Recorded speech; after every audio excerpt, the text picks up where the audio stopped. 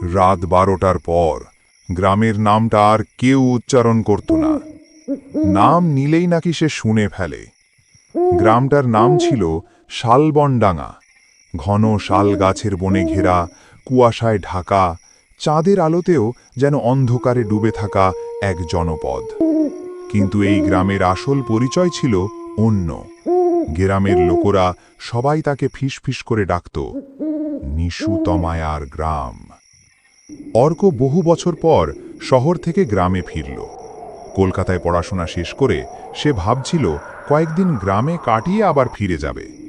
কিন্তু ট্রেন থেকে নেমেই তার মনে হলো বাতাসে কিছু একটা অস্বাভাবিক।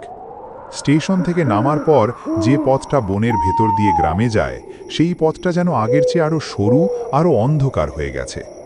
বাতাসে পচা পাতার গন্ধের সঙ্গে মিশে আছে অদ্ভুত এক সোদা, কাঁচা রক্তের মতো গন্ধ। হঠাৎ দূরে কোথাও শিয়াল ডেকে উঠল। তারপর সব চুপ। গ্রামে ঢুকতেই অর্ক লক্ষ্য করল সব বাড়ির দরজা জানলা সন্ধ্যার আগেই বন্ধ। লোকজন তাকে দেখে অবাক, কিন্তু কেউ যেন বেশি কথা বলতে চাইছে না। অর্ক তার কাকিমাকে জিজ্ঞেস করল, এত ভয় কেন? কি হয়েছে এখানে? কাকিমা একবার চারদিকে তাকিয়ে খুব আস্তে বললেন, ওর নাম মুখে নিস না, নিশু তমায়া। এই নাম উচ্চারণ হতেই যেন ঘরের ভেতর বাতাস ভারী হয়ে উঠল। প্রদীপের শিখা হঠাৎ কেঁপে উঠল। সেই রাতেই অর্ক শুনল, মাঝ রাতে তার জানলার বাইরে কে যেন নখ দিয়ে আঁচড় কাটছে। খর খর। অর্ক সাহস করে জানলার দিকে এগোলো। জানলার ফাঁক দিয়ে সে দেখল কেউ নেই, কিন্তু জানলার কাঁচে ভেতর দিক থেকে আঁচড়ের দাগ। হঠাৎ পিছন থেকে ঠান্ডা নিঃশ্বাস তার ঘাড় ছুঁয়ে গেল। সে ঘুরে দাঁড়ালো, কেউ নেই। পরদিন গ্রামের বৃদ্ধ হরিপদ তাকে সব বলল। অনেক বছর আগে এই গ্রামে এক মেয়ে ছিল, নিশুতা। সুন্দরী, কিন্তু খুব চুপচাপ। গ্রামের লোকেরা তাকে অপবাদ দেয়, বলে সে ডাইনি। এক রাতে তাকে টেনে এনে শালবনের মাঝখানে পুড়িয়ে মেরে ফেলা হয়, কিন্তু সে মরেনি। তার দগ্ধ শরীর আগুনে পুড়ে কালো হয়ে যায়, কিন্তু চোখ দুটো বেঁচে থাকে, জ্বলন্ত কয়লার মতো।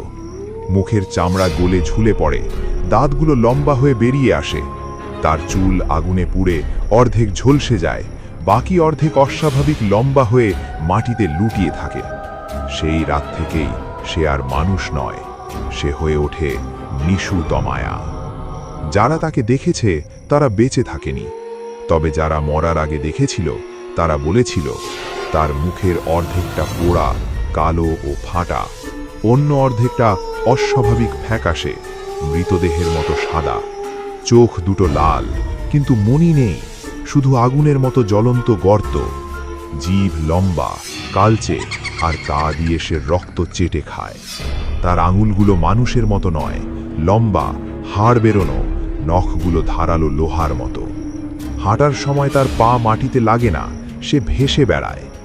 আর সবচেয়ে ভয়ঙ্কর, সে কারো কণ্ঠস্বর নকল করতে পারে। তৃতীয় রাতে অর্ক শুনল তার নিজের মায়ের কণ্ঠস্বর তাকে ডাকছে, অর্ক, দরজা খোলো, আমি এসেছি। কিন্তু তার মা তো বহু বছর আগে মারা গেছেন। অর্কের বুক কাঁপতে লাগল। দরজার নিচ দিয়ে লালচে তরল ঢুকে আসছে, রক্ত। দরজায় টোকা পড়ল, ঠক ঠক ঠক। তারপর নখের আঁচড়। অর্ক সাহস করে দরজা খুলল। দরজা খুলতেই বাতাসে পচা মাংসের তীব্র গন্ধ। সামনে দাঁড়িয়ে আছে এক লম্বা ছায়া। চাঁদের আলো এসে স্পষ্ট দেখল নিশু তমায়া। তার পোড়া মুখের ফাটা অংশ থেকে কালো ধোঁয়া বেরোচ্ছে। এক চোখ গর্তের মতো ফাঁকা, অন্য চোখ আগুনের মতো জ্বলছে। দাঁতগুলো ধারালো ছুরির মতো। তার বুকের হাড় বেরিয়ে আছে, পেট কাটা, ভেতর থেকে নড়ছে কিছুর মতো। সে ধীরে ধীরে হাসল। তার হাসির শব্দে চারপাশের গাছের পাতা কাঁপতে লাগল।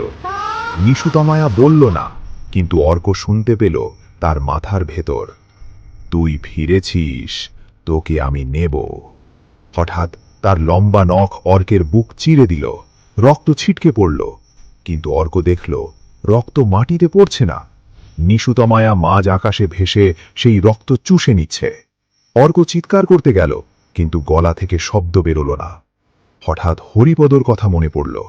নিশুতমায়াকে আগুনে মারা হয়েছিল, আগুনই তার দুর্বলতা। অর্ক দৌড়ে কেরোসিনের বোতল নিয়ে এলো। তার শরীর কাঁপছে, বুক থেকে রক্ত ঝরছে। নিশুতমায়া তার সামনে ভেসে এলো। তার মুখ আরো বিকৃত, চামড়া ফেটে ভেতর থেকে কৃমির মতো কিছু বেরোচ্ছে। অর্ক কেরোসিন ছুঁড়ে দিল তার গায়ে, তারপর দিয়াশলাই জ্বালালো। আগুন লাগতেই সে এক বিকট চিৎকার দিল, আ আ আ। চিৎকারে পুরো গ্রাম কেঁপে উঠল। আগুনে তার শরীর জ্বলতে লাগলো, কিন্তু সে হঠাৎ থেমে গেল। তার জ্বলন্ত চোখ দুটো অর্কের দিকে তাকালো। তার ঠোঁট নড়ল, আগুনে আমি মরিনি, তুই পারবি। হঠাৎ আগুন নিভে গেল, চারদিক অন্ধকার। অর্ক মাটিতে পড়ে গেল। পরদিন সকালে গ্রামের লোকেরা অর্ককে খুঁজে পেল শালবনের মাঝখানে। তার শরীরে আঁচড়ের দাগ, বুক চেরা, কিন্তু সে বেঁচে আছে। সে চোখ খুলে শুধু একটা কথাই বলল, ও এখন আমার ভেতরে। তার চোখের মণি লাল হয়ে উঠল, আর সেই রাত থেকেই আবার শুরু হলো আঁচড়ের শব্দ। গ্রামের এক এক করে মানুষ উধাও হতে লাগল, কারণ নিশুতমায়া এখন আর শুধু বনেই নয়, সে মানুষের ভেতরেও বাস করে।